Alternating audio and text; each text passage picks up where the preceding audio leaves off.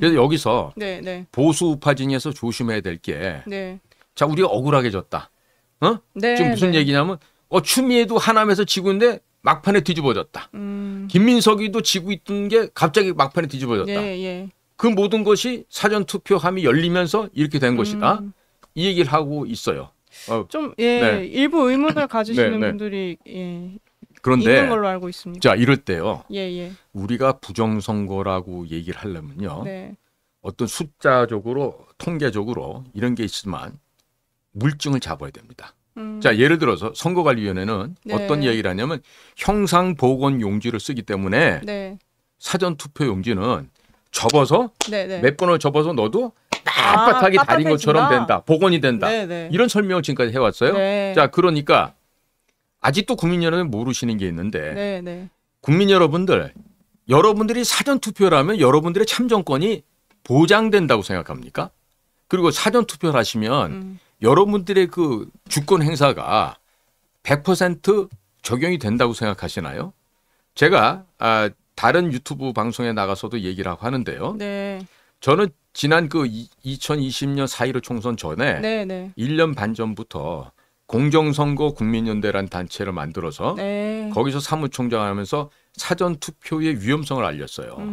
그때만 해도 네. 국민들을 광화문에 나가서 집회할 때 그 천막 속에서 외치고 떠들고 서명 받고 뭐 이렇게 하면서 네.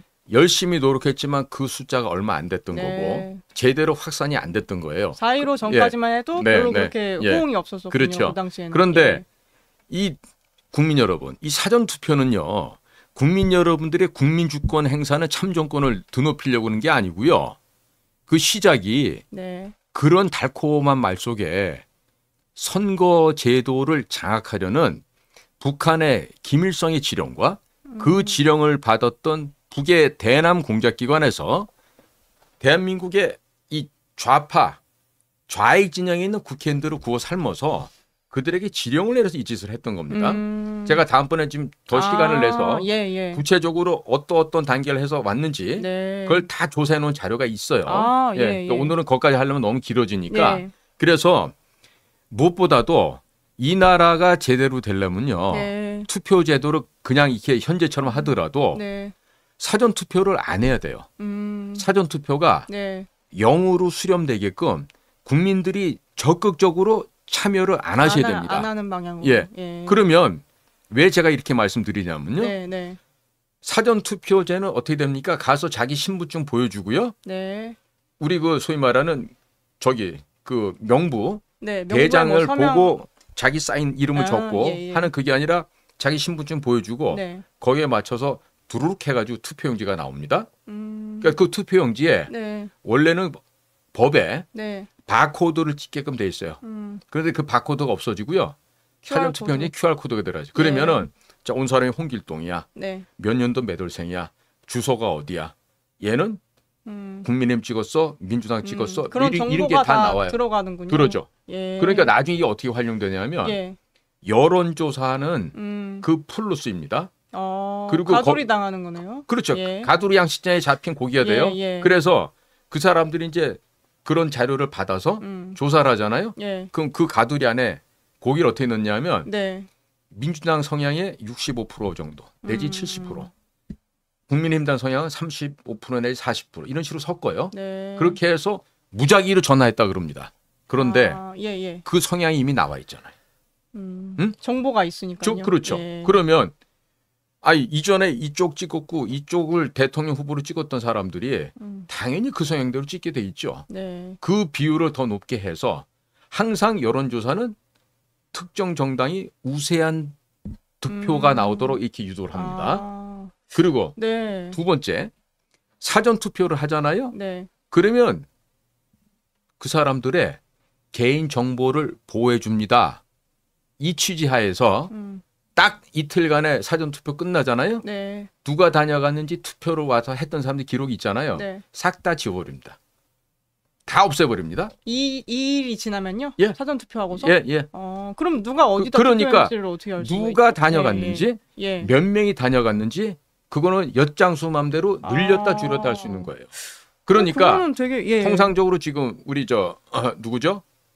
공병호 박사님. 아, 네. 그분 그 숫자 얘기 많이 하시잖아요. 아, 그러니까 예, 예. 그런 분들이 허황되게 하는 얘기는 사실 아니에요. 그러니까 네. 이렇게 이런 사전 투표를 통해서 네. 얼마만큼의 사람을 부풀리고 음. 또 그것을 어느 방향으로 몰아서 주고 네, 네. 그러니까 4년 전 같은 경우는 63대 36으로 민주당 그럼 비율이, 63, 예, 예. 국민의 그때 미래통합인가 그랬죠? 예, 예, 그쪽이 미래통합당. 36이었어요. 예. 그러니까 이번에는 조금 더 고단수로 예를 예, 들어서 공병호 박사 얘기대로 3표 돌고 1표 끼워 넣고 3표 돌고 또 1표 끼워 넣고 네. 이런 저런 아주 보다도 근대화된 보다도 치밀한 방식으로 사전 투표를 한 걸로 보여져요. 네. 그런데 그럼에도 불구하고 예, 예. 이거를 부정 투표로 고발을 하고 뭘 하려 그러잖아요. 네. 물증을 찾아야 돼. 그러니까 형상 복원이 돼서 빳빳한 종이가 있는 걸 어서 또 찾는다든가 네. 아니면 그 안에서 있었던 선거관리위원회 직원 중에 누군가가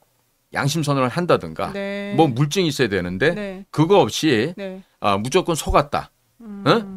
부정선거다. 이렇게 얘기하면은 네. 또 반대쪽으로부터 바보 취급당하고 역풍을 역적 취급당하는 맞을 거죠. 가능성이 있다는 제가 거죠. 사실 4년 전에 예, 예. 그 4.15 총선을 앞두고 그 얘기를 할 때 네.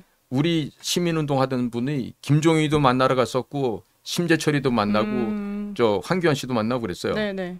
딱 찾아가잖아요. 예. 심재철 씨는 그때 조금 이렇게 들으려고는 해. 아, 근데 네. 황교안 씨 같은 분은 네. 무슨 벌레 취급해서 아, 그런가요? 그래서 그러니까 지금은 그 상상이 안 양반이 되네요. 예, 부방대도 하고 뭐 그러니까요. 부정선거 있었다고 예. 얘기하잖아요. 상상이 안 되네요. 4년 전에 우리가 찾아가서 네, 네. 황 대표님 네. 이러니까 조심하셔야 돼요. 예. 이거 하자 그러면 안 돼요. 이 네. 얘기할 때 말은 안 해도 딱 쳐다보는 눈빛이 이거 웬 거지 새끼들이야. 이거 왜 음모론자들이야? 그래. 약간 이런 느낌으로. 이런 웬 벌러지들이 와서 떠들어. 뭐 이런 식의 눈빛을 줬었는데 예, 예. 그나마 늦게라도 그분이 네, 네. 알게 됐다는 것만 해도 천만다행이다. 는 이렇게 생각합니다. 예. 네. 네. 그래서 이제 네. 그런 어떤 부정에 좀 우려가 있지만 네. 충분한 물증이 있어야지 그렇죠. 그런 주장도 받아들여질 수가 있다는 거죠. 변명할 수 없는 하드 에비던스, 확실한 물증을 찾아야 돼요. 예, 예. 그러니까 뭐뭐일 것 같다. 이거는 범죄로 네. 취급하기가 어려운 겁니다. 그러니까 반드시 네. 누구든지 간에 그 명백한 물증, 증거를 확보하고 나서 이게 부정했다고 얘기해야지. 네. 자, 이거 숫자 보고 발표한 거 보니까 이거다 얘기하면은 네. 저놈들이 끝까지 발뺌을 할 거예요. 사실 이 부분에서 예, 예. 안타까운 게 네. 작년도 10월 달에 국가정보원에서 네. 이런 그 선거관리위원회에 네. 그 각종 그 기자재, 장비, 예, 예. 서버 이런 거를 한국인터넷진흥원과 공동으로 조사를 했어요. 그래서 나온 결과 그동안의 선거관리위원회는 우리는 100점 만점에 100점이에요. 이렇게 했는데 네. 막상 국정원의 그 사이버 전문가들 네. 진짜 전문 요원들이 가서 해봤더니 예. 31.5점이 나왔습니다. 아, 이거는 100점이 아니고. 예, 그러니까 예. 우리 시험 볼 때 60점 미만이면 과락이라고 했을 때 그렇죠. 예. 이거는 과락도 안 돼요. 과락의 절반 정도밖에 안 된 점수예요. 네, 그러니까 참혹한 수준이죠. 예. 그러니까 그때 우리 국정원 우리 후배들이 밝혀낸 거 보면은 딴 거 아니라 서버를 통해서 들어가서 네. 그 안에 있는 선거인 명부를 다 조작을 할 수 있게끔 돼 있는 거예요. 완전히 열린 대문이에요. 아. 그러니까 예. 북쪽에 그 탑티어급의 해커들이 충분히, 마음대로 예. 들어올 수 있고 중국의 공산당에 있는 그 수많은 그런 해커 팀이 네. 우리나라의 전산망을 뚫고 들어올 수가 있는 시스템이죠. 네. 그런데 아쉬운 거는 차장이라는 사람들이 응? 차장이면 국정원의 넘버 2입니다. 아, 예. 그런데 국장 그러면 넘버 그래도 한 10번 정도 되는 사람들이 네, 네. 그 현업에서 현장에서 일을 한 그 하급 직원들에게 네가 한번 해봐. 나는 책임 못 져. 안 져.